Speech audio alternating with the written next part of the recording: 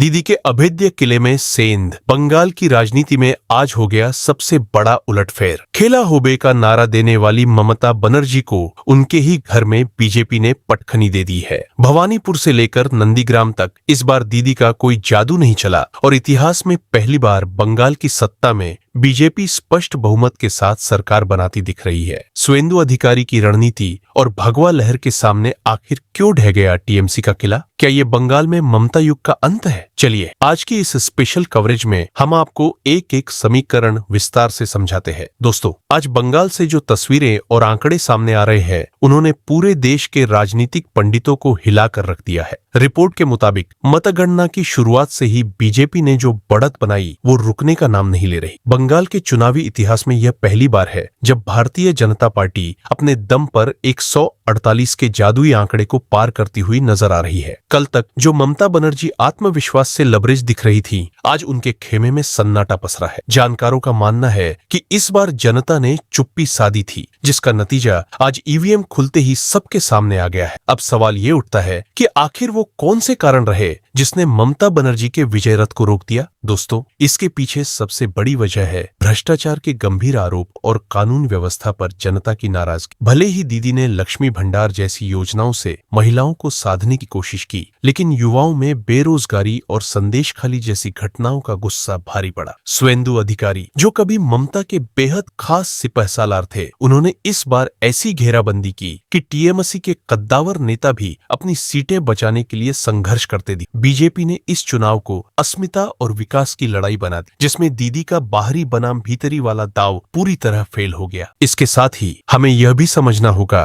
कि इस जीत में संगठन की कितनी बड़ी भूमिका रही है। बीजेपी ने इस बार सिर्फ रैलियां नहीं की, बल्कि बूथ लेवल पर जाकर मतदाताओं को यह भरोसा दिलाया कि बंगाल का भविष्य अब बदलाव में ही है। कोलकाता की सड़कों से लेकर सुदूर गांवों तक जिस तरह से मतदान का प्रतिशत बढ़ा, वो साफ इशारा कर रहा था कि बंगाल की जनता कुछ बड़ा करने वाली है। सुवेंदु अधिकारी की आक्रामक शैली और केंद्र सरकार की योजनाओं का जमीन पर पहुंचना बीजेपी के लिए मास्टर स्ट्रोक साबित हुआ। आज जो रुझान दिख रहे हैं वो सिर्फ एक चुनाव के नतीजे नहीं है, बल्कि बंगाल की बदली हुई उस सोच का प्रतीक है जो अब विकास और शांति की राह पर चलना चाहती है। दोस्तों, राजनीति में कहा जाता है कि जनता जनार्दन होती है, और बंगाल की जनता ने इस बार यह साबित कर दिया कि वो किसी भी दल को टेकन फॉर ग्रांटेड नहीं लेती। ममता बनर्जी का वो करिश्मा जो पिछले एक दशक से बंगाल के सिर चढ़कर बोल रहा था, आज फीका पड़ता नजर आ रहा है। बीजेपी का बहुमत में आना सिर्फ सत्ता परिवर्तन नहीं है, बल्कि यह बंगाल की सामाजिक और राजनीतिक संरचना में एक बड़े बदलाव का संकेत है। अब देखना यह होगा कि क्या बीजेपी बंगाल को वो सोनार बांग्ला बना पाएगी जिसका सपना उसने राज्य के लोगों को दिखाया है। कुल मिलाकर देखा जाए तो बंगाल में आज एक नया सूरज उग रहा है और दीदी का किला पूरी तरह से ढह चुका है। ममता बनर्जी की हार और बीजेपी की यह ऐतिहासिक बढ़त देश की राजनीति के लिए एक बहुत बड़ा संदेश है। दोस्तों, आपको क्या लगता है? क्या बंगाल में बीजेपी की ये जीत स्थायी बदलाव लाएगी या ममता बनर्जी फिर से वापसी कर पाएंगी? अपनी राय हमें कमेंट बॉक्स में जरूर बताएं। अगर आपको ये वीडियो और विश्लेषण पसंद आया हो तो इसे लाइक करें, दोस्तों के साथ शेयर करें और हमारे चैनल को सब्सक्राइब करना